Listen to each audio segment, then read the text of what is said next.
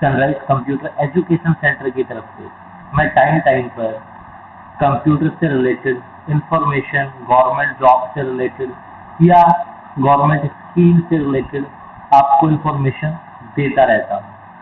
यदि आपको ये मेरी वीडियो अच्छी लगे तो अपने दोस्तों तक शेयर जरूर करें। मेरी आप बिजी की पिछली वीडियो भी देख सकते हैं, मगर मैंने सोचा बिजी के अंदर बिल्कुल स्टार्टिंग से आपको एक सीरीज बना दी जाए जिसमें आप प्रॉपर वे में काम कर सकें। तो आज की जो हमारी शुरुआत होगी फर्स्ट क्लास से कि इसके अंदर सबसे पहले कंपनी कैसे बनती है और इसे चालू कैसे किया जाता है।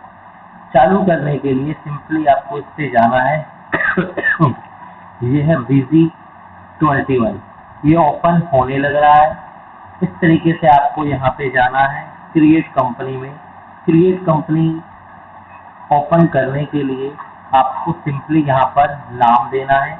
आप किसी भी नाम से कोई भी कंपनी को बना सकते हैं। कंपनी इंफॉर्मेशन, तो यहाँ पे कंपनी का आपको नेम देना है जो लीगल नेम है। मैं फॉर एग्जांपल एक नाम दे देता हूँ सनराइज कंप्यूटर एजुकेशन करके, और यहाँ पर शॉर्ट नेम अगर कोई है तो वो आप दे सकते हैं, अदरवाइज कोई ज़रूरी नहीं है। ये कंपनी कहाँ की है वो आपको यहाँ पर देना है। अब ये एजुकेशन तो मैं देना नहीं चाह रहा क्योंकि कोई भी कंपनी है, तो मैं थोड़ा आपको इसके अंदर एंटरप्राइज टाइप लिख देता हूँ ताकि आपको अच्छा सा लगे, क्योंकि हमारी वैसे एक और फर्म है सनराइज एंटरप्राइज के ही नाम से, तो मैं वही लिख देता हूँ। शिफ्ट टैब बैक चले जाते हैं हम और यहाँ पे लिख देते हैं सनराइज एंटरप्राइज डेमो कर देते हैं। उसके बाद आप देखेंगे प्रिंट नेम में ऑटोमेटिक हो गया है चेंज। उसके बाद एड्रेस आ गया, ये आपके सेंटर का एड्रेस मैं इसके अंदर बिल्कुल सही लिख रहा हूँ। ये एड्रेस आपको मिल गया। कॉन्टैक्ट नंबर भी आपको मैं अभी दे देता हूँ, ये मैंने यहाँ पे लिख दिया। कॉन्टैक्ट नंबर अपना ये है, आप इससे हमारे से बात कर सकते हैं। इस तरीके से आपको ये डिटेल्स देने के बाद पहले वैट चलता था बट अब GST आ गया है तो GST चूज किया जाएगा। ये सेस ऑप्शन कईयों में लगता है, कई में नहीं लगता, अदरवाइज आप इसे रहने दें। यहाँ पर एक GST नंबर डाला जाता है, मैं कोई भी GST नंबर डाल देता हूँ। फिलहाल ये मैं गलत नंबर डाल रहा हूँ GST का। ये एक रेगुलर और कंपोजिशन, दो ही स्कीम के अंदर बिजनेस के टाइप होते हैं, रेगुलर और कंपोजिशन।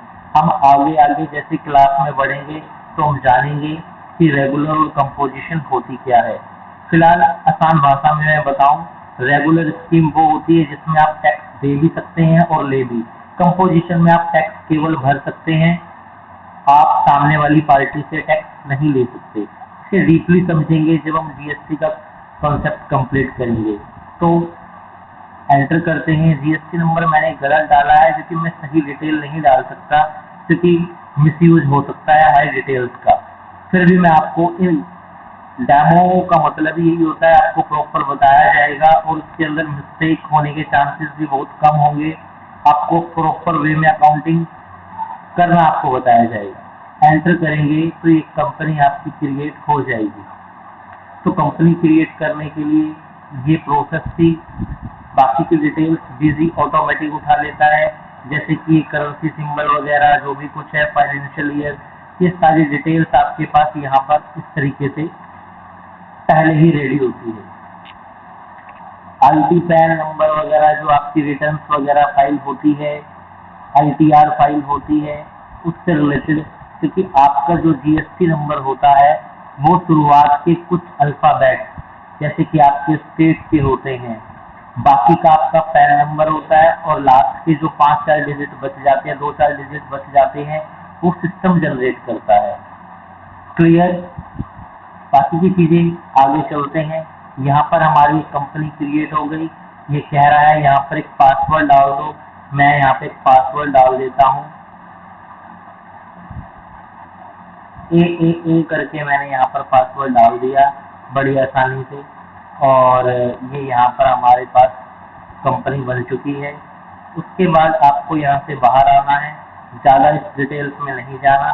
अब आपको सिंपली यहाँ पे जाना है, जो सनराइज डेमो करके है वो फाइल आपको यहाँ पे ओपन करनी है। अब मैं देखो यहाँ पर गलत लिख रहा हूँ तो ये बताएगा इनवैलिड, ए हमने डाला था वो यहाँ पर ओपन हो जाएगा।